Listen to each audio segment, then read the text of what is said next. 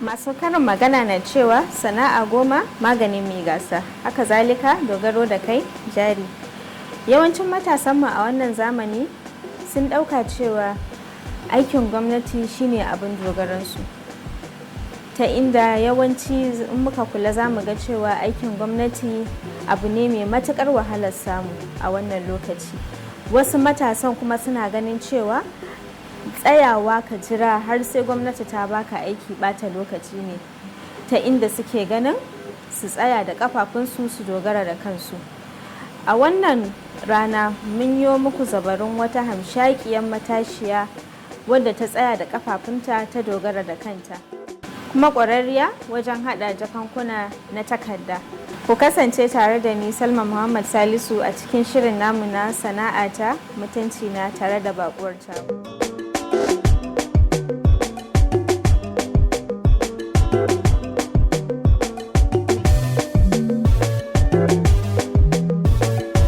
Suna Naja'atu Bashir Yassar, an haife ni a garin Kano. Ni ɗaliba ce a Jami'ar Bayero University, Kano. Ina level 400, ina karantar law.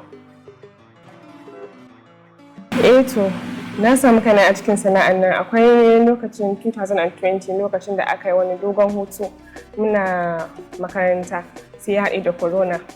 To ni kuma lokacin na ga zaman banzan yayi yawa, to sai na ce bari in ɗan fara yin business ko yaya ne, saboda bani da kake yi a gida ya yawa, sannan kuma za ka ɗan yi dogara da kanka, kai ma zaman banzan naka zai ragu sosai.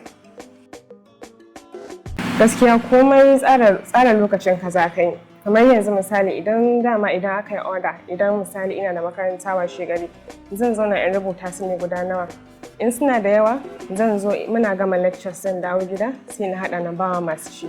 Amma su ma kuma dama zan gaya musu cewa ba za su samu da wuri ba saboda makaranta da sauransu. Komai gaskiya tsarawa za ka yi.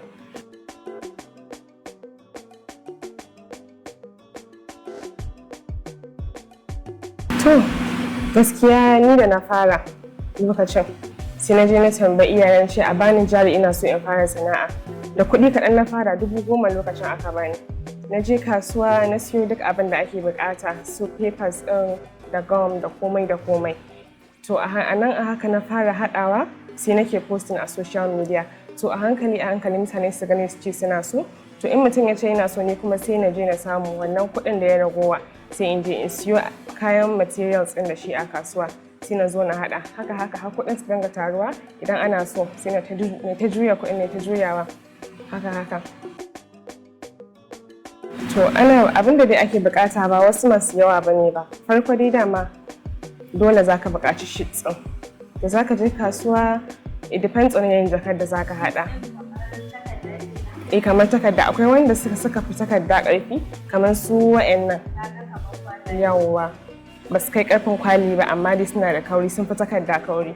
To su na gift ɗin daban suke, sunan su ma silver card. Su kuma na snacks ɗin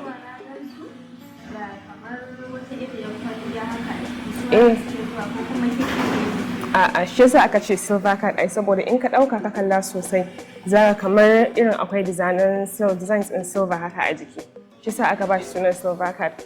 Sai shi kuma na snacks ɗin can, shi kuma brown paper dama ake ce masa. Yawwa na su meat pie, yawwa duk irin kayan kwaɗayin nan, su kuma nasu ma daban yake. Sannan shi ma akwai kala-kala, akwai fari akwai brown, duk wanda kake so sai a yi maka.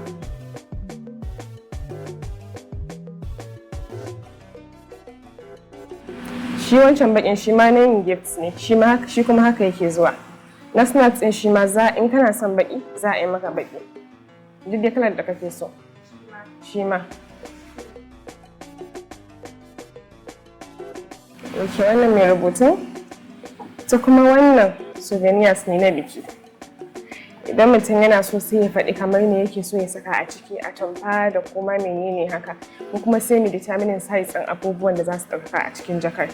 To yanzu dai in mutum yana so wannan za a samu a printing abin da kake so a jiki. Yanzu kin ga su waɗannan sun ce a haɗa musu da atamfa a jiki, sai muka yi printing ɗinta da sunan amarya da ango duka a jiki, sai a raba wa 'yan biki. Wannan ta biki ce.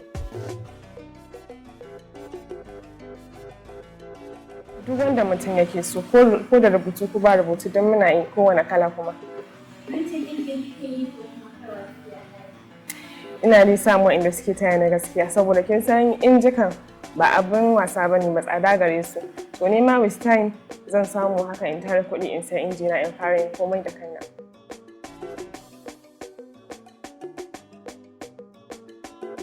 To ƙalubalen da ke cikin wannan sana'ar gaskiya ba zai wuce abu biyu ba.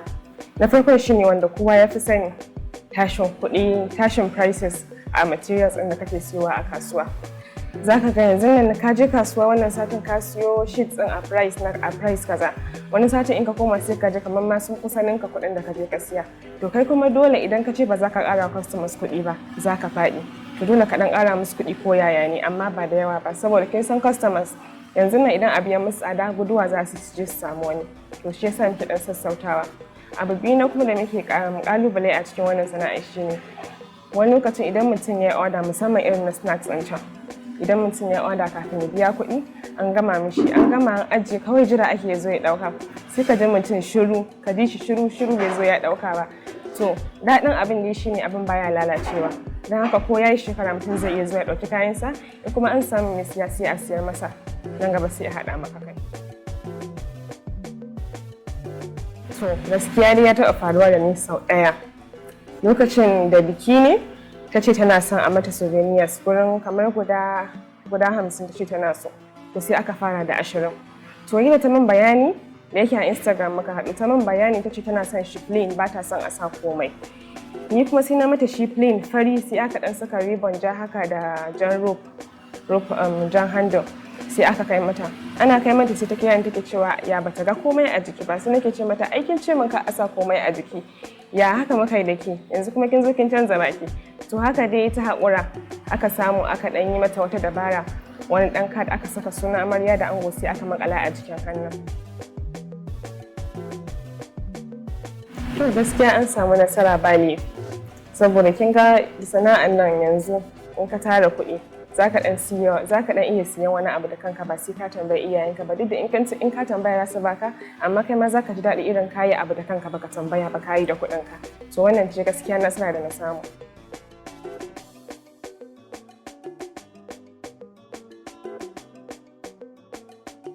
To yadda dai aka sani ta social media nake tallatawa, Instagram, WhatsApp, Telegram da sauran social media platforms. Duk ta nan wajen nake tallatawa, musamman ma Instagram, da yake nan gaskiya an fi samun customers ta nan wajen. In dai ka tallata abin naka yadda ake so a Instagram, za ka samu mutane.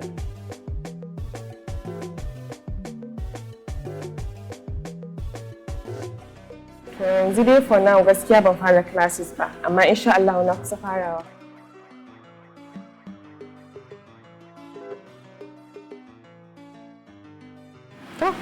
Naja'atu ne da shekara 5 tana ganin kanta a guri daban-daban gaskiya. Bayan ɓangaren ta na karatu, akwai kuma na sana'an nan, insha Allah ina sa ran zan buɗe shago, sa ma'aikata a ciki, in sai kayan aiki na nima komai da kuma insha Allah.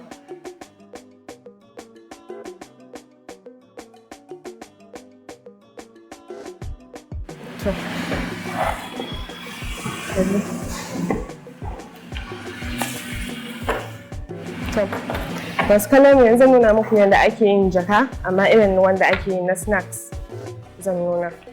To yanzu farko dai mutum abinda zai fara samu shine brown paper, zai sami ta full sheet ɗin gaba ɗaya, sai idan customer ya gaya masa abinda yake so ya saka a ciki, kai kuma ka riga ka yi determining size ɗin, sai ka san size ɗin da za ka yi wa mutum. To yanzu nan bari mu A3 size zamu yanzu. Za mu yanka sheet ɗin namu gida 4, shi zai ba mu A3 size. Kuma shi A3 size ɗin za a iya saka meat pie gurin guda 10 a ciki, saboda tana da faɗi cikinta.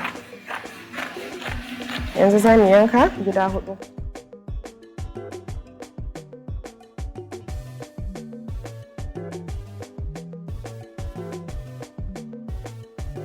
yanzu wannan size ɗin shine ba mu A3 size.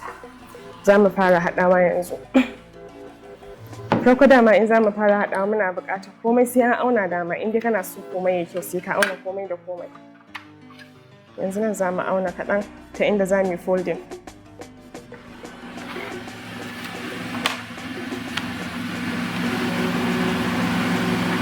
Sai mu lankwasa ta haka.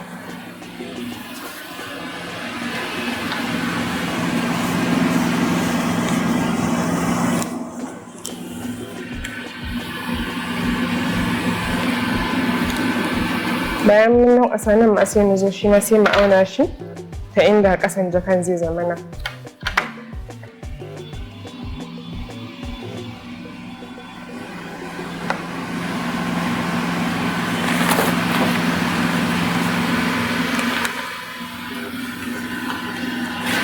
Bayan haka sai mu kuma fara amfani da gum.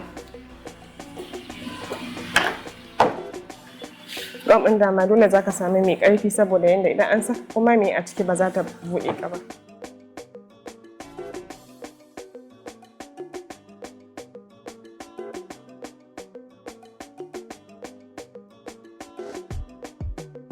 Bayan mun haɗe shi kuma ƙasa nan shi sai mu buɗe shi. Sai mu haka da ita.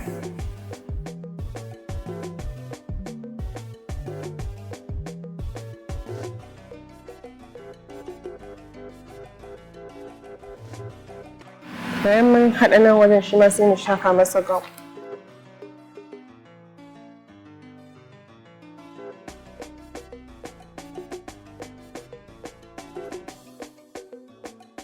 Gum ɗin ba a saka da yawa saboda gum ɗin yana da ƙarfi gaskiya sosai. Don haka ba sai ka lafta shi ba sosai.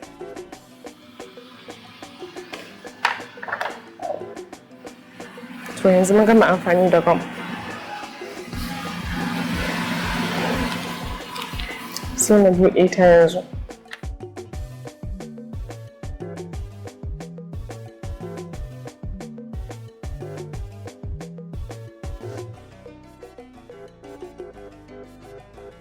Bayan mun daidaita kowane angle kuma yanzu sai mu lotsa cikin nan wajen haka.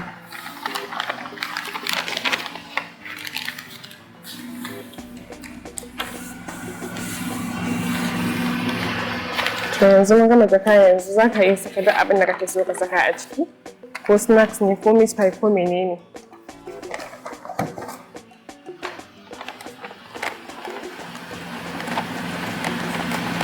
Sai mu lankwasa shi an gama. In customer yazo sai ka saka abin da za ka bashi a ciki sai ka miƙa masa.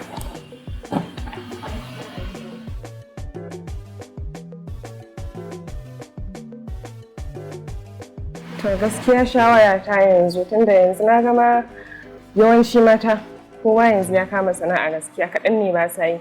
Yanzu shawara da zan ba su anan shine su dage su ci gaba da yi abin da wahala zaka ji kamar ka daina saboda wani lokacin abu baya maka yanda kake so, amma kawai ka dage insha Allah za ka cimma burinka wata rana.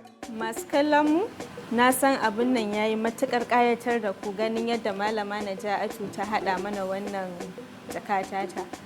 Ba dan lokaci yayi halinsa ba da sai ta zauna ta haɗa mana sauran nau'o'in na jakankunanta, amma ku kasance da mu a cikin shirye-shiryenmu na gaba, da haka nake cewa bisalam.